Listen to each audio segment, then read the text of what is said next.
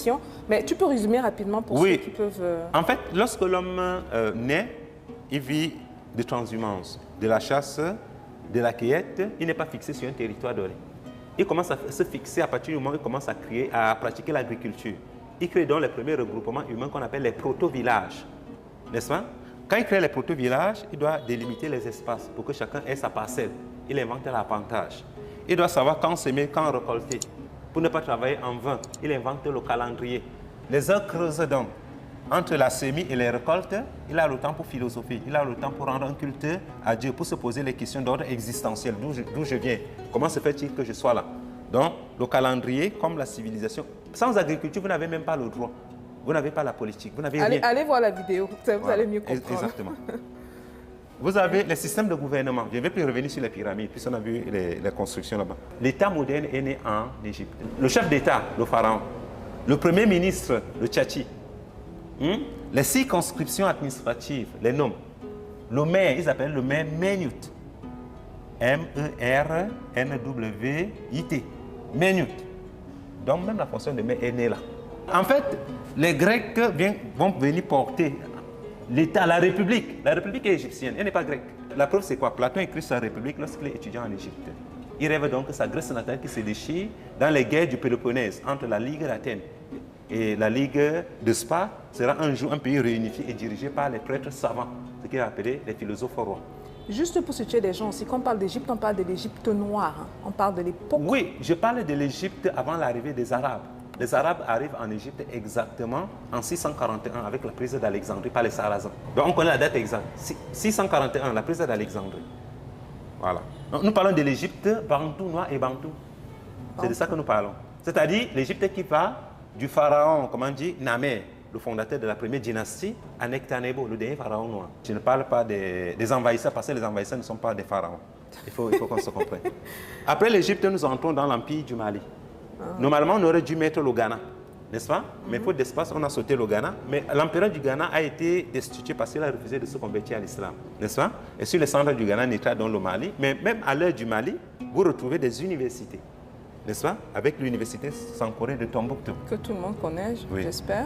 Okay. Et même à cette époque, il n'y a pas encore d'université en Europe.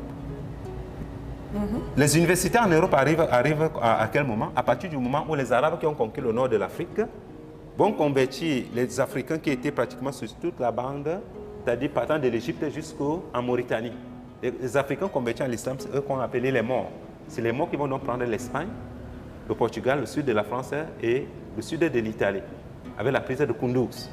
Et ceux qui vont introduire donc la science de la navigation en Europe, les arts, comment on dit, l'écriture et tout ce que vous connaissez. Parce que l'Église avait plongé l'Europe dans le Moyen-Âge à travers ce qu'on appelle en théorie de connaissance la scolastique. Okay. Ici, vous avez donc les papyrus de Tombouctou, n'est-ce pas, qui sont écrits en... Ce sont des langues africaines, mais écrites en écriture arabe. C'est un peu comme on peut écrire le Douala avec l'alphabet français. Et pour clôturer cette période, nous avons la figure de Cheikh Anta Diop, le père de la Renaissance africaine. Donc ça, c'est le précédent égyptien que le concept des miracles grecs cache. Ça, c'est le précédent égypto-nubien, alors le précédent africain que Ernest Renan a enterré avec le concept des miracles grecs. Le miracle grec signifie donc quoi? Si vous permettez, que les Grecs ont accédé à la mathématique par miracle, les Grecs ont accédé à l'architecture par miracle, ils ont accédé au calendrier par miracle, au gouvernement, à la République par miracle, aux universités, aux écoles par miracle. Mais il y a de tout ici. Il y a la politique, il y a l'architecture, la mathématique, la physique. Oui. Il y a la médecine. Dans la vidéo précédente, je vous ai dit que tout est un. Tout est un. Il n'y a pas de différence entre le mathématicien et le théologien. Entre le juriste et le chimiste. On étudie tous les lois de comportement de la matière sorties du Noun, c'est-à-dire la maths. L'ordre du monde. C'est ça la maths. Bon, comment tu peux résumer cette vidéo avant qu'on ne passe à la prochaine, au prochain pour thème? résumer, je dirais simplement... Quel est donc l'apport de l'Afrique au monde? C'est l'Afrique qui a apporté la civilisation au monde, c'est-à-dire la modernité est africaine. La modernité n'est pas en dehors de l'ONU, elle est africaine. Et cette modernité, vous pouvez même la retrouver dans vos propres langues, c'est-à-dire chacun dans sa langue, en quelque sorte. Donc on parle du retour aux sources, on ne parle pas du retour vers l'Égypte. C'est-à-dire chacun doit retourner vers sa culture, sa langue, essayer de comprendre les éléments qui sont demeurés sous forme de folklore. Quelle est l'origine de tout ça? Il va se reconnecter à l'Égypte seul. Il n'aura pas besoin de forcer. Naturellement. Voilà. C'est-à-dire